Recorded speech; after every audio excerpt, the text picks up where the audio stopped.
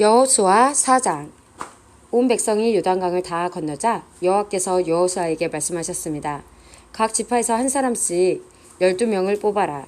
그리고 제사장이 서 있던 강 한가운데서 한 사람이 한 개씩 큰 돌을 골라 모두 12개를 가져오너라. 그 돌들을 오늘 밤 너희가 머무르는 곳에 두어라. 그래서 여호수아는 각 지파에서 한 사람씩을 뽑아 그들에게 말했습니다. 여러분은 여호와 하나님의 궤가 있는 강 한가운데로 가서 큰 돌 한 개씩을 찾으시오. 이스라엘 각 지파마다 돌 한 개씩을 찾아내야 하오.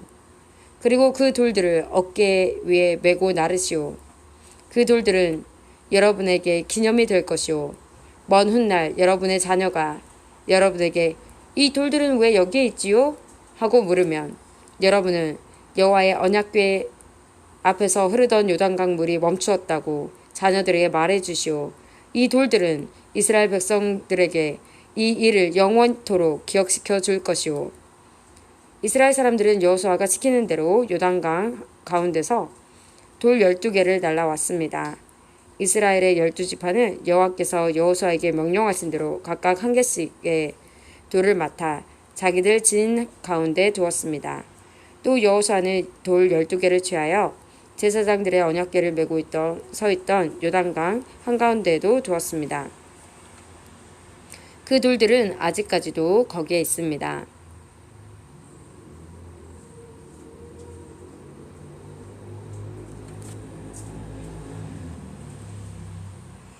여호와께서 여호수아에게 명령하여 백성들에게 이르게 하신 일, 곧 모세가 여호수아에게 명령했던 일을 백성들이 다 마칠 때까지 제사장들은 언약궤를 맨 채 계속 강 한가운데 서 있었습니다. 백성들은 서둘러 강을 건넜습니다. 마침내 백성들은 모두 강을 건넜고 그 후 제사장들은 여호와의 궤를 강 건너편으로 옮겼습니다. 제사장들이 언약궤를 옮기는 동안 백성들은 그 모습을 바라보고 있었습니다. 르우벤 자손과 갓 자손과 므낫세 반지파 사람들은 모세가 그들에게 지시했던 것과 같이 기꺼이 싸울 준비를 갖췄습니다.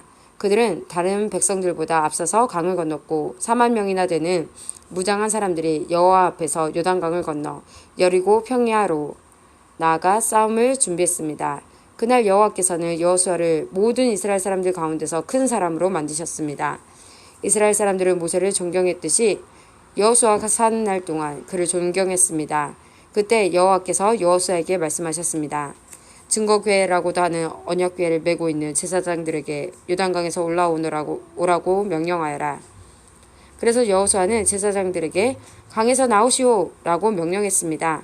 그러자 제사장들은 여호와의 언약궤를 메고 강에서 나왔습니다. 그들이 강가의 마른 땅을 밟자마자 강물은 강을 건너기 전처럼 다시 넘쳐 흘렀습니다. 백성들은 첫 번째 달의 10일째 되는 날에 요단강을 건넜고 여리고 동쪽의 길갈에 진을 쳤습니다. 여호수아는 요단강에서 주운 돌 12개를 길갈에 세웠습니다. 여호수아는 이스라엘 사람들에게 이렇게 말했습니다. 훗날 여러분의 자녀가 아버지에게 이 돌들은 무슨 돌이지요? 라고 물으면 그들에게 이렇게 말해주시오. 이스라엘은 마른 땅을 밟으며 요단강을 건넜다. 너희 하나님 여호와께서 강물이 흐르는 것을 멈추게 하셨고 백성이 강을 다 건널 때까지 강물은 말라 있었다. 여호와께서는 홍해에서도 하셨던 일과 똑같은 일을 요단강에서도 하셨다. 주께서 홍해의 물을 멈추게 하셨기 때문에 우리가 건널 수 있었다. 여호와께서 이 일을 행하신 것은 땅 위의 모든 사람들이 주께서 큰 능력을 가지고 계신 분임을 알게 하기 위함이다.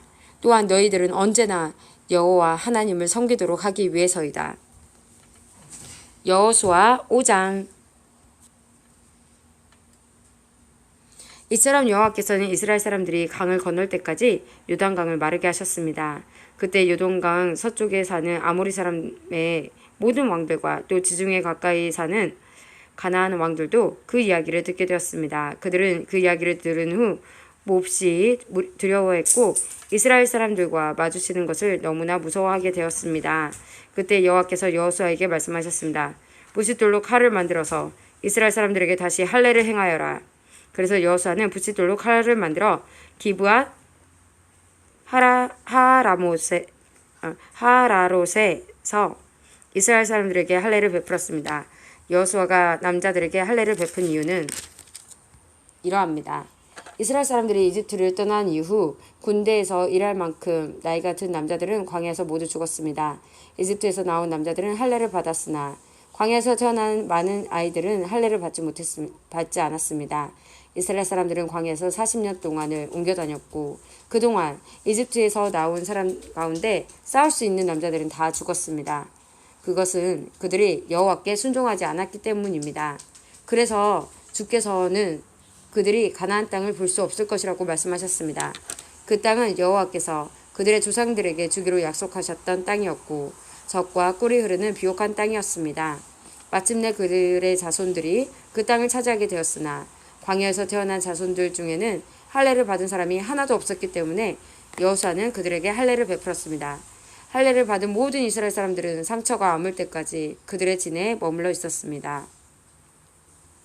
그때 여호와께서 여호수아에게 말씀하셨습니다. 너희는 이집트에서 노예로 있으면서 부끄러움을 당했다. 그러나 오늘날 내가 그 부끄러움을 없애버리겠다. 그래서 여호수아는 그곳의 이름을 길갈이라고 불렀고 지금까지도 길갈이라는 이름으로 불리고 있습니다.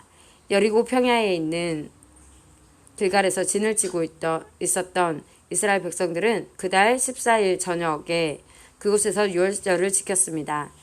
유월절 이튿날 백성들은 그 땅에서 자라난 식물 중 몇 가지를 먹었는데 그것은 누룩을 넣지 않고 만든 빵인 무교병과 볶은 곡식이었습니다. 이 음식을 먹은 그날부터 만나는 더 이상 내리지 않았습니다.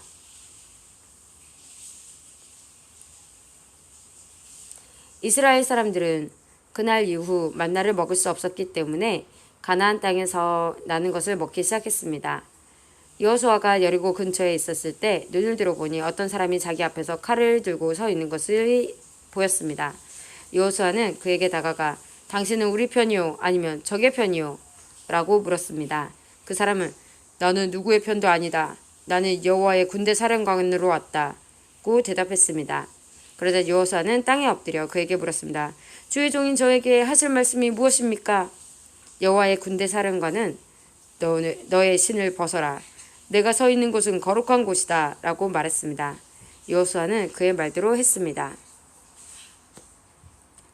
여호수아 6장. 여리고성 사람들은 이스라엘 자손들을 두려워하여 성문을 굳게 닫아 걸었습니다. 아무도 성 안으로 드나들지 못했습니다. 그때 여호와께서 여호수아에게 말씀하셨습니다. 보아라, 내가 여리고를 너에게 주겠다. 여리고의 왕과 그 모든 군인들도 너에게 줄 것이니 하루에 한 번씩 여리고 성을 너의 군대와 함께 행군하며 돌아라. 그 일은 6일 동안 하여라. 제사장 7명에게 순양의 뿔로 만든 나팔을 가지고 언약궤 앞에서 행군하라고 말하여라. 7일째 되는 날에는 성을 7바퀴 돌며 제사장들에게 나팔을 불라고 말하여라. 제사장들이 한번 길게 나팔을 불면 백성들에게 나팔 소리를 듣고 크게 고함을 치라고 말하여라. 그리하면 여리고의 성벽이 무너질 것이다. 그때 백성들은 곧장 앞으로 쳐들어가거라. 그리하여 눈의 아들 여호수아는 제사장들을 불러 모았습니다. 여호와의 언약궤를 나르시오. 제사장 7명은 나팔을 들고 언약궤 앞에서 행군하시오. 그리고 여호수아는 백성들에게 명령했습니다. 자, 가시오. 성 둘레를 도시오. 무기를 든 군인들은 여호와의 궤 앞에서 행군하시오. 여호수아가 백성들에게 말하기를 마치자 나팔을 가진 7명의 제사장들이 여호와 앞에서 행군하기 시작했고 행군과 동시에 나팔을 불기 시작했습니다. 그 뒤에는 여호와의 언약궤를 든 제사장들이 뒤따랐고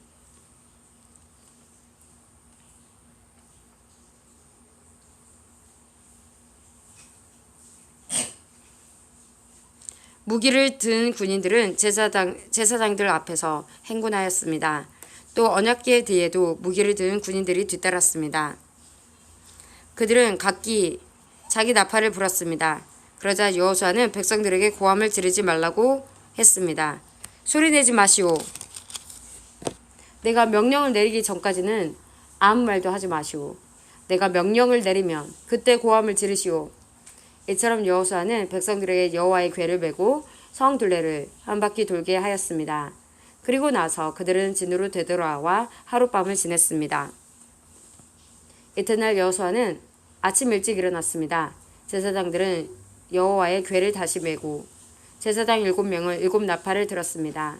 그들은 여호와의 언약궤 앞에서 행군하면서 각기 나팔을 불었습니다. 무기를 든 군인들은 제사장들 앞에서 행군했고 다른 군인들은 여호와의 언약궤에 대해서 걸었습니다. 행군하는 동안 제사장들은 계속해서 나팔을 불었습니다.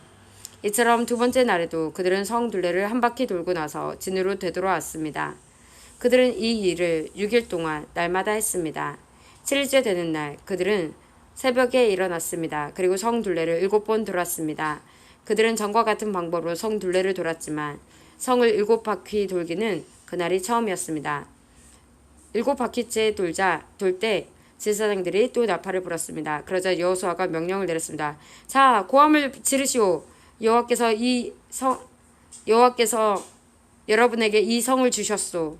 성과 성 안에 있는 모든 것은 다 여호와께 바치는 것이므로 모두 없애시오. 다만 기생 라합과 그의 집에 있는 사람들을 모두 살려주어야 하오. 이는 라합이 우리가 보낸 2명의 정탐꾼을 숨겨주었기 때문이요. 전리품 중 어떤 것도 가지지 마시오. 이것은 이미 여호와께 바쳐진 것이므로 모두 없애버리시오. 그중 어떤 것이라도 취하여 진으로 가지고 돌아오면 그것 때문에 이스라엘 백성에게 재앙이 내릴 것이오. 모든 금과 은과 구리와 새로 만든 것은 여호와께 속한 것이니 그것들은 여호와의 창고에 넣어두어야 하오. 제사장들이 나팔을 불고 백성들은 고함을 질렀습니다. 백성이 나팔 소리를 듣고 고함을 치자 성벽이 무너졌습니다. 그러자 모든 사람들이 성 안으로 곧장 쳐들어갔습니다. 이렇게 하여 이스라엘 사람들은 여리고를 차지했습니다. 이스라엘 사람들은 성 안에 살아있는 모든 것을 다 죽였습니다. 그들은 남자와 여자, 젊은이와 노인을 죽였습니다. 그들은 소와 양 그리고 나귀들을 죽였습니다. 여호수아가 그 땅을 정탐하러 갔던 2사람에게 말했습니다. 그 기생의 집으로 가서 그 여자를 밖으로 나오게 하시오.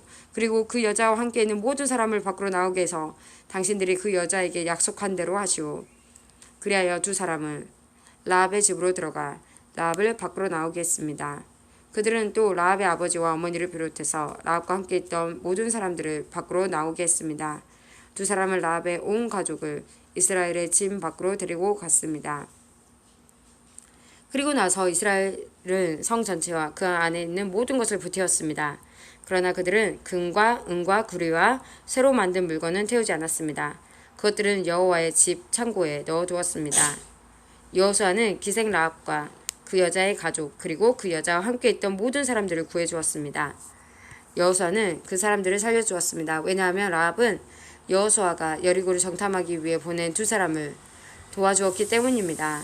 라합은 오늘까지도 이스라엘 사람들과 함께 살고 있습니다. 그 후에 여호수아는 이렇게 경고했습니다. 누구든지 이 여리고 성을 다시 지으려 하는 사람은 여호와의 저주 때문에 벌을 받을 것이다.